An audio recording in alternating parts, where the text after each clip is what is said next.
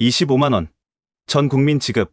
득보다 실이 큰가? 전 국민에게 25만원 지급? 정부가 모든 국민에게 25만원을 주는 방안을 검토하고 있습니다. 모두에게 혜택이 돌아가는 좋은 일 같지만 과연 그럴까요? 재원은 어디서 나오나? 전 국민에게 25만원씩 주려면 약 13조 원의 예산이 듭니다. 이 돈은 결국 국민 세금이거나 빚으로 충당해야 하죠. 이미 세수 부족으로 나라 살림이 빠듯한 상황에서 이런 대규모 현금 지출은 재정적자와 국가부채만 늘릴 것입니다. 결국 미래 세대의 빚 부담을 떠넘기는 것 아니냐는 걱정도 큽니다. 경기 부양, 대예산 낭비, 막대한 돈을 뿌리면 경기가 살아날까요? 많은 경제 전문가들은 회의적입니다. 한국은행 분석에 따르면 현금 지원은 재정 투입 대비 효과가 가장 낮은 수단입니다. 받은 돈의 상당 부분을 저축하거나 어차피 쓸 돈을 대신 내는 데 써서 추가 소비로 이어지지 않는 경우가 많다고 합니다. 결국 예산만 축내고 경제 효과는 미미할 수 있다는 지적입니다. 특히 연구 결과에 따르면 보편적 지원금의 소비 증가 효과는 제한적입니다. 예를 들어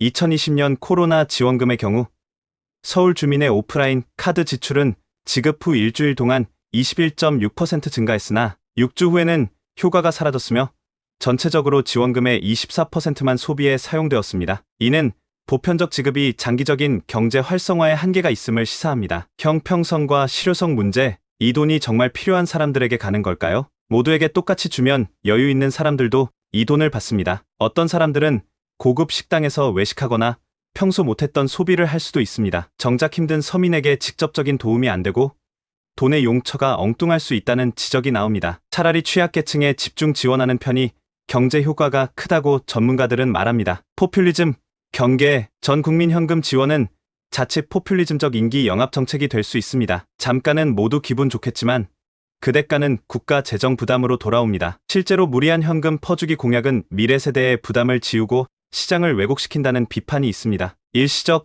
선물에 익숙해지면 더 큰 지원 요구로 이어져 재정 악순환이 벌어질 위험도 있죠. 지속 가능한 해법은? 재정은 한정된 자원입니다. 모든 국민에게 현금을 뿌리는 보여주기식 처방보다 꼭 필요한 곳에 선택과 집중을 하는 지혜가 필요합니다. 전문가들은 차라리 미래 산업에 투자하고 현금 지원은 어려운 계층에 선별적으로 하라고 조언합니다. 나라 살림을 지키면서 지속 가능한 성장을 이루는 해법, 우리 모두의 미래를 위해 신중하게 선택해야 하지 않을까요? 결론 및 전망, 전국민 25만 원 지급은 일시적인 위로가 될 수 있지만 국가 경제의 근본적인 체질 개선에는 도움이 되지 않습니다. 오히려 재정 악화와 인플레이션 우려를 키울 수 있습니다. 보수 진영은 정부의 역할을 최소화하고 시장의 자율성과 기업의 활력을 되살리는 정책을 통해 지속 가능한 성장을 추구해야 한다고 주장합니다. 이재명 정부가 이러한 방향으로 정책을 전환할지 아니면 확장재정 기조를 유지할지 앞으로의 행보에 관심이 쏠립니다. 여러분은 어떻게 생각하시나요?